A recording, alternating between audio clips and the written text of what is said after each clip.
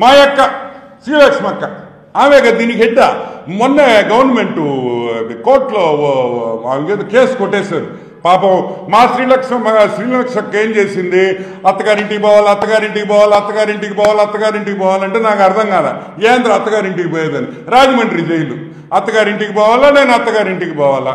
ఆమె ఏం చేసింది తెలివిగా 30/10/2023 ఏమనిచ్చింది, attention of the officers note it is address invited to TDRs have become important tool.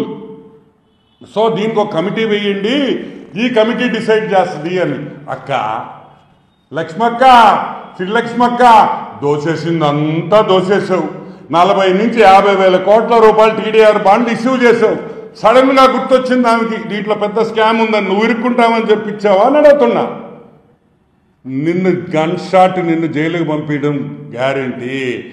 ఈ స్కామ్ లో ఇరుక్కున్న కరుణాకర్ రెడ్డి అందరు కూడా నీతో పాటు రాజమండ్రి జైల్లో ఉంటారు. వైజాగ్ లో జరిగిన ల్యాండ్ స్కామ్, ఈ TDR బాండ్స్, తుని, రాజమండ్రి ప్రతి ఏరియాలో కూడా తెలుగుదేశం పార్టీ రాగానే ఎంక్వైరీ ఎంక్వైరీ వేస్తాం, లోపలేస్తాం, డబ్బులు కూడా వసూళ్లు చేస్తామని, తిరిగి వసూళ్లు చేసి గవర్నమెంట్కి కట్టిస్తామని కూడా మనవి చేస్తూ ఉన్నాం. ఇప్పుడు ఈరోజు శ్రీలక్ష్మక్క ఈ లెటర్ ఇచ్చింది. అక్క బాగుందక్క ఇచ్చేసేవాళ్ళు. పాత TDR బాండ్లు ఎంక్వైరీ ఏవా పాత ఇష్యూ చేసిన 50,000 కోట్ల రూపాయలు TDR బాండ్ సంగతి ఏంటి, ఎంక్వైరీ చేస్తారా లేదా, అసలు ఇది వాస్తవా కాదా అని చెప్తారా? వాస్తవం ఏంది, నేను బాండ్ నంబర్తో కూడా చూపిస్తున్నా.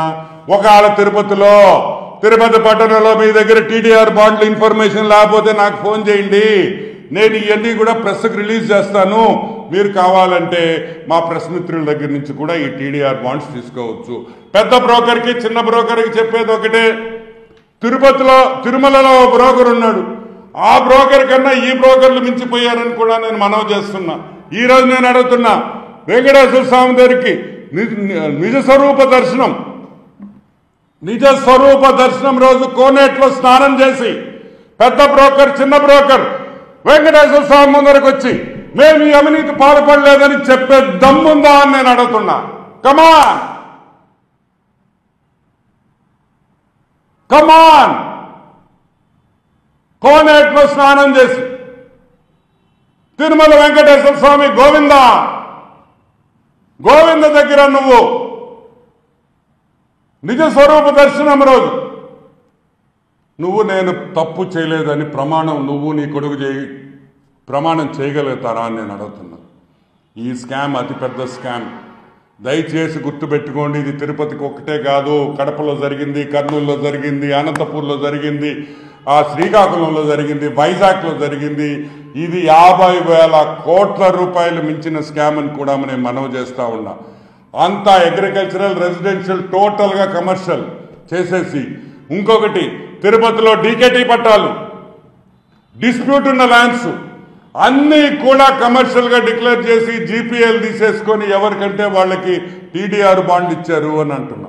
అసలు ఈ మురళికి, ఈ అమర్నాథ్ రెడ్డికి నేను అడుగుతున్నా, TDR బాండ్ GPA హోల్డర్ కేంద్ర ఇచ్చేది, అసలు ల్యాండ్ ఓనర్లకి రా. అసలు ఇంకొక విషయం చెప్పాలి మీకు, అసలు పెద్ద స్కామ్